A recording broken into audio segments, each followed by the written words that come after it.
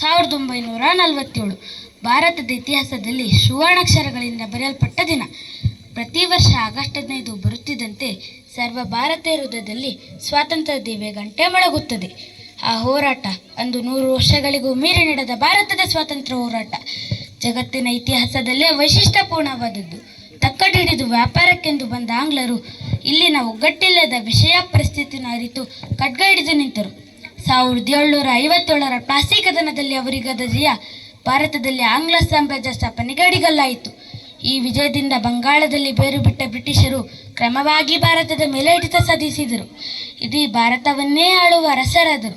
ಸ್ವಾತಂತ್ರ್ಯ ದೇವಿ ತನ್ನ ಸಂಕೋಲೆಯನ್ನು ಸಹಿಸಿಕೊಳ್ಳುವುದಾದರೂ ಎಷ್ಟು ದಿನ? 1857ರ ಸಿಪಾಯಿ ದಂಗೆಯನ್ನು ಭಾರತದ ಪ್ರಪ್ರಥಮ ಸ್ವಾತಂತ್ರ್ಯ ಸಂಗ್ರಾಮ ಎಂದು ಕರೆದರು. ಅದಕ್ಕಿಂತ ಮೊದಲು ದೇಶಾದ್ಯಂತ ನಡೆದ ಸಶಸ್ತ್ರ ಪ್ರತಿಭಟನೆಗಳು ಬ್ರಿಟಿಷರ ನಿದ್ದೆ ಕೆಡಿಸಿದವು. ಭಾರತದಲ್ಲೇ ಅಂತಹ ಕಹಳೆ ಮೊಳಗಿಸಿದ ಮೊದಲ ದಿಟ್ಟ ಮಹಿಳೆ ಕರ್ನಾಟಕದ ಗಂಡು ಮೆಟ್ಟಿದ ಬೆಳಗಾವಿಯ ಕಿತ್ತೂರು ರಾಣಿ ಚೆನ್ನಮ್ಮ ಎಂದಳು ಹೆಮ್ಮೆ ಎನಿಸುತ್ತದೆ. ಆಂಗ್ಲ ಸೇನಾಪತಿ ಟ್ಯಾಕ್ರೆಯನ್ನು ಚಂಡಾಡಿದ ರಾಣಿ ಚೆನ್ನಮ್ಮ ದೇಶದ ಸ್ವಾತಂತ್ರ್ಯ ಹೋರಾಟಕ್ಕೆ ಸಂಚಲನ ಮೂಡಿಸಿದಳು. ಈ ಸಂದರ್ಭದಲ್ಲಿ ಚೆನ್ನಮ್ಮಳ ಆಪ್ತ ಸೇನಾನಿ ಸಂಗೊಳ್ಳಿ ರಾಯಣ್ಣನ ಹೆಸರು ಸ್ಮರಣೀಯ.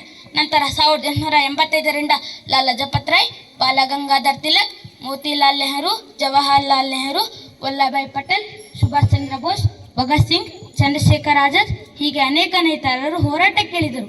ಕೆಲವರು ಹಿಂಸಾತತ್ವ ಮಾರ್ಗ ಹಿಡಿದರು. ಮಹಾತ್ಮ ಗಾಂಧೀಜಿಯವರು ಅಹಿಂಸಾತತ್ವ ಮಾರ್ಗ ಹಿಡಿದರು. ಸ್ವಾತಂತ್ರ್ಯ ಹೋರಾಟವು ದಿನ ದಿನಕ್ಕೂ ಕಾವೇರತೊಡಗಿತು. ಸ್ವಾತಂತ್ರ್ಯ ಹೋರಾಟವನ್ನು ಬಗ್ಗು ಬಡಿಯಲು ಆಂಗ್ಲ ಸರ್ಕಾರ ಅನುಸರಿಸಿದ ದಬ್ಬಾಳಿಕೆ ಕ್ರೂರ ಮಾರ್ಗಗಳಿಗೆ ಸ್ವಾತಂತ್ರ್ಯ ಹೋರಾಟಗಾರರು ಬಗ್ಗಲಿಲ್ಲ.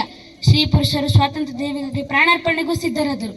ಅನೇಕ ವೀರರು ಜೈಲುಗಳಿಗೆ ತಳ್ಳಲ್ಪಟ್ಟರು. ಅನೇಕ ನಾಯಕರು ತಮ್ಮ ಇಡೀ ಜೀವನವನ್ನು ಭಾರತ ಮಾತೆಯ ಚರಣಗಳಿಗೆ ಅರ್ಪಿಸಿದರು. ಸಹಸ್ರಾರು ದೇಶಭಕ್ತರು ಗಲ್ಲಿಗೇರಿದರು. ಆಂಗ್ಲರಿಗೆ ಸಿಂಹ ಸ್ವಪ್ನರಾಗಿದ್ದ ಭಗತ್ ಸಿಂಗರಿಗೆ ಗಲ್ಲು ಶಿಕ್ಷೆ ಇತ್ತು. ಗಲ್ಲಿಗೇರುವ ಆ ದಿನ ತನ್ನನ್ನು ಕಾಣಲು ಬಂದ ತಾಯಿಗೆ ಆ ವೀರ ಹೇಳಿದ, ಅಮ್ಮ ದುಃಖಿಸಬೇಡ, ನಾನು ಮತ್ತೆ ಹುಟ್ಟಿ ಬರುತ್ತೇನೆ. ಭಾರತ ಮಾತೆಯ ಸ್ವಾತಂತ್ರ್ಯಕ್ಕಾಗಿ ಶತ್ರುವಿನೊಡನೆ ಹೋರಾಡುತ್ತೇನೆ. ಎಂತಹ ಯುವಶಕ್ತಿಯ ಸಾರ್ಥಕತೆ, ಎಂತಹ ದೇಶಭಕ್ತಿಯ ಪರಾಕಾಷ್ಠತೆ! ಆಂಗ್ಲ ಸರ್ಕಾರ ದೇಶದ ಸ್ವಾತಂತ್ರ್ಯ ಹೋರಾಟಗಾರರ ಮುಂದೆ ಸೋತು ಹೋಯಿತು. ಸ್ವಾತಂತ್ರ್ಯ ಸಂಗ್ರಾಮದ ಕಹಳೆಗಳ ಮುಂದೆ ಬ್ರಿಟಿಷ್ ಸರ್ಕಾರ ತತ್ತರಿಸಿತು. ಸ್ವಾತಂತ್ರ್ಯ ಪ್ರೇಮಿಗಳ ಸಹನೆಯ ಕಟ್ಟೆ ಒಡೆಯಿತು. 1942 ಆಗಸ್ಟ್ 2ರಂದು ಭಾರತ ಬಿಟ್ಟು ತೊಲಗಿ ಮಾಡು ಇಲ್ಲವೇ ಮಡಿ ಬ್ರಿಟಿಷರ ನಿದ್ದೆ ಕೆಡಿಸಿದವು. ಅದು ಜಗತ್ತಿನ 2ನೇ ಮಹಾಯುದ್ಧದಲ್ಲಿ ಜರ್ಜರಿತವಾದ ಸಮಯ. ಯುದ್ಧದ ನಂತರ ಬ್ರಿಟನ್ನಲ್ಲಿ ಲೇಬರ್ ಪಕ್ಷ ಅಧಿಕಾರಕ್ಕೆ ಬಂತು. ಅದು ಭಾರತಕ್ಕೆ ಸ್ವಾತಂತ್ರ್ಯ ನೀಡುವಲ್ಲಿ ಒಲವು ತೋರಿತು. 1947ರ ಆಗಸ್ಟ್ 15ರ ಮಧ್ಯರಾತ್ರಿ ಸ್ವಾತಂತ್ರ್ಯ ಘೋಷಿಸಿತು. ಅಂದು 200 ವರ್ಷಗಳ ಆಂಗ್ಲರ ಆಡಳಿತಕ್ಕೆ ಅಂತ್ಯ ಹಾಡುವ ಮಹಾಸುದಿನ. ಪರಕೀಯರ ದಬ್ಬಾಳಿಕೆ, ನಮ್ಮದೇ ನೆಲದಲ್ಲಿ ನಾವೇ ಗುಲಾಮರಾಗಿದ್ದ ಆ ಅವಮಾನಗಳಿಗೆ ಮುಕ್ತಿ ನೀಡಿದ ಮಹಾಸುದಿನ. ಅದುವೇ ಸರ್ವ ಭಾರತೀಯರ ಹೋರಾಟದ ಫಲ. ಬನ್ನಿ, ವರ್ಷಕ್ಕೊಮ್ಮೆಯಾದರೂ ಸ್ವಾತಂತ್ರ್ಯ ಹೋರಾಟವನ್ನು ಸ್ಮರಿಸುತ್ತಾ ಈ ನಮ್ಮ ಸ್ವಾತಂತ್ರ್ಯಕ್ಕಾಗಿ ಬದುಕನ್ನೇ ಬರಿದಾಗಿಸಿಕೊಂಡ ಆ ಮಹಾನೀಯರನ್ನು ನೆನೆಯುತ್ತಾ ಭಾರತವನ್ನು ಪ್ರಗತಿ ಪಥದಲ್ಲಿ ಮುನ್ನಡೆಸೋಣ. ಅವಕಾಶಕ್ಕಾಗಿ ಧನ್ಯವಾದಗಳು. ಬೋಲೋ ಭಾರತ್